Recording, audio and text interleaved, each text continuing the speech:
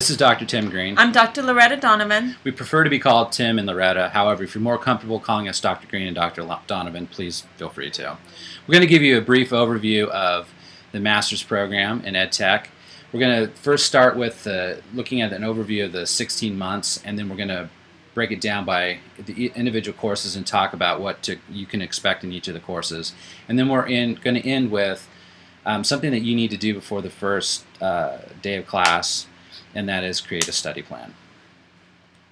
So here's an overview or kind of a global look at the next 16 months. And the different colors are different semesters. So you have 4 semesters. The fall semester, you have 3 classes, but you'll notice that one goes for the entire semester, 16 weeks, and then you have 2 that are for 8 weeks each. The spring semester is the same way. You have one class that goes the entire semester, then you have 2 classes that go for 8 weeks. In the summer, it's a shortened semester, generally between 5 to 8 weeks, normally closer to 5 weeks, and you take 2 classes at the same time.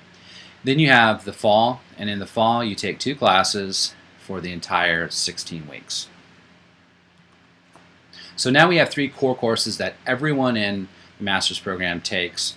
And as you can see, it's 511, 529, 536. 511 is an educational research class. It's a big, kind of a foundational research class where you learn about what is research and specifically what is educational research. You'll critique literature, and this is where you'll start learning how to write a lit review. And a lit review is very important. You'll do this throughout the entire program. So again, this class is all about understanding educational research. In EdL 529, it's a class on learning theory, so you'll learn about the different learning theories. You'll actually create your own action research project in which you identify something in your classroom that you would like to look more deeply at, and you have some focus students. You look at issues of diversity, you look at ways you can help all learners learn. And the main thing with this class is that we really want you to leave this class with a sense of how you can document all of those teacher decisions that you make throughout the year. And the last core course you'll take is curriculum theory and development. We really look at curriculum not just from kind of the micro level of your classroom, but more from a macro level. How is the curriculum that you would use in your school or your district or even the state, how's that developed? What theories go along with developing curriculum? Who's involved with developing curriculum? You'll also have an opportunity to look at some curriculum and critique it, looking at its strengths and weaknesses. Then you'll have the opportunity to develop your own curriculum. That's the major project in the class. You won't actually implement this curriculum, but you'll go through a process of developing curriculum. So by the time that you're done, you'll really understand the theories and the decisions that go into making curriculum that's used in the classroom. For the Ed Tech courses, you'll take 6 of them. You'll see that we've only talked about 9 classes, and there is a final class that we'll also be talking about. The Ed Tech courses all build upon each other. We encourage you to do what we call is working smart, so making sure that you use what you learned in one class and help you in the other classes. As Tim said, in 511, the lit review is very important. That's because in each class you have a research component. And as I said, if you work smart, you can work directly into the culminating project. Each of the EdTech courses is a balance of theory and application in the classroom. So you'll be reading textbooks, reading websites, reading articles that we provide, and really looking at the theory, and then you'll go and apply that in your classroom. If you don't have a classroom, we encourage you to pair up with people who do have a classroom. Our goal with all of these classes is for the projects and assignments to be meaningful to you. So right now, before we even start the program, if there's assignments that you feel you already are proficient at that, or you would like to suggest an alternative assignment, we are always open for you to do that. One of the first courses that you'll take starting in the first semester is EDL 523, and it's about distance education issues and trends. Obviously the focus is in on K-12 schools, but we look at it in a larger context as well, because what happens in a larger context does often affect K-12 schools. But we'll learn about what's happening in distance education in K-12. You'll learn about what distance education actually means. You'll look at some of the research and look at some of the numbers of how many students and schools are involved in distance education. Some of the activities that you'll do, you'll participate in a distance education experience with students, and that'll make more sense once we get into the class. But you'll also look at distance education resources, and as a group you'll create your first research paper, and it's a presentation, like a conference presentation, but you'll do some research on a distance education issue or trend, and you'll present that to the entire class. So by the time you're done, you should have a very solid understanding of what distance education is and what it isn't, and understand how distance education can be and is implemented in K-12 schools. In EdL 515, the course is Technology and Problem Solving in Schools. In this course, the whole goal is for you to start thinking outside the box of how we can promote problem solving in the classroom. This is becoming increasingly important, especially with the adoption of Common Core. So in this class, you will create a problem solving program. You'll have your students work creating some videos. We'll do some problem solving applications where we look at computer programming. And the research paper for this class is an annotated bibliography. The next semester, so spring semester, the two classes, ed tech classes that you have, 518A and B, they really build on each other. And you can see the title, Issues in Instructional Design of Classroom Software and Multimedia Development and Instruction in the Classroom.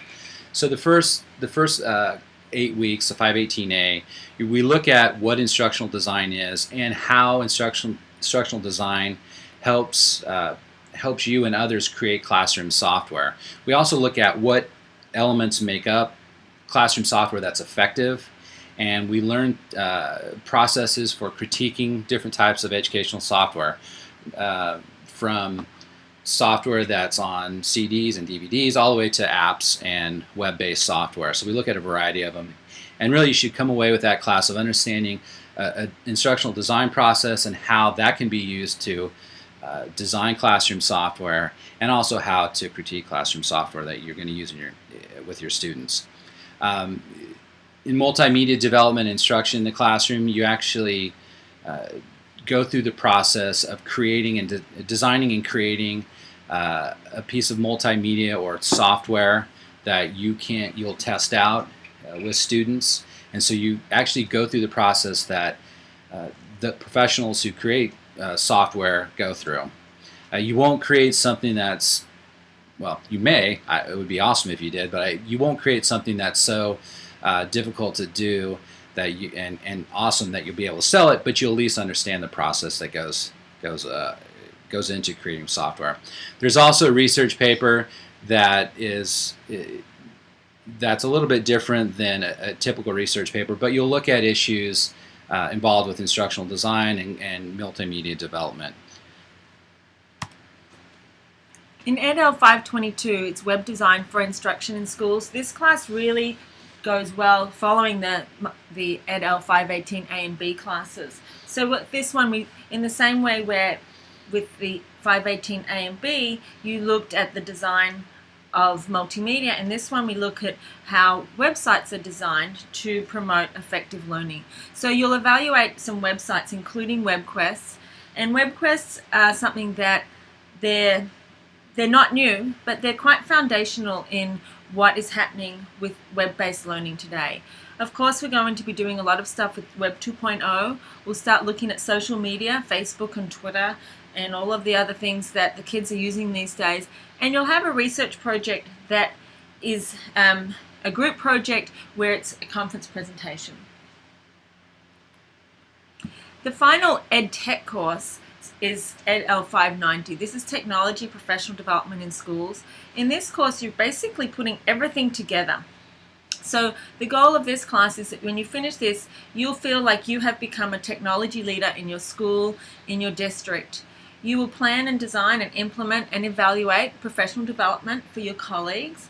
You'll create an online professional development module. And you'll do some technology peer mentoring.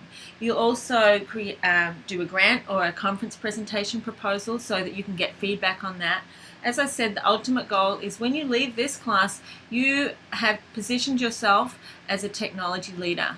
Just as an aside, a lot of students, as a result of doing this particular class and doing things like the professional development and the peer mentoring, have then been given opportunities to work, to move from their classroom into the district level to be teachers on special assignment, to do professional development for the district, for doing it for the Department of Education and things like that. So this is a class where we really basically we say this is where we're going to push you out of the nest. The same semester that you take the class that Loretta just mentioned, you're also taking EDEL 594, which is your culminating project class. What you'll do in this class is you create a portfolio that really is represents who you are and what you've learned and how you've been influenced or changed throughout the program. You'll include a variety of artifacts in your project, or in your portfolio, and some of these are conference proposal, a grant proposal, or a manuscript that you've written. And again, if you think back to the tech courses that we mentioned and the core courses, the things that you've done in those courses can fit into your portfolio. You would also talk about or include evidence of ongoing professional development you've done beyond the master's program. You'll also include artifacts that demonstrate your ability to effectively integrate technology into the classroom in student-centered ways. And you'll also include a statement of your educational philosophy. So again, this class is about creating a portfolio that demonstrates who you are as a ed tech leader, and really how this program has helped you grow and represents what you've learned in the program.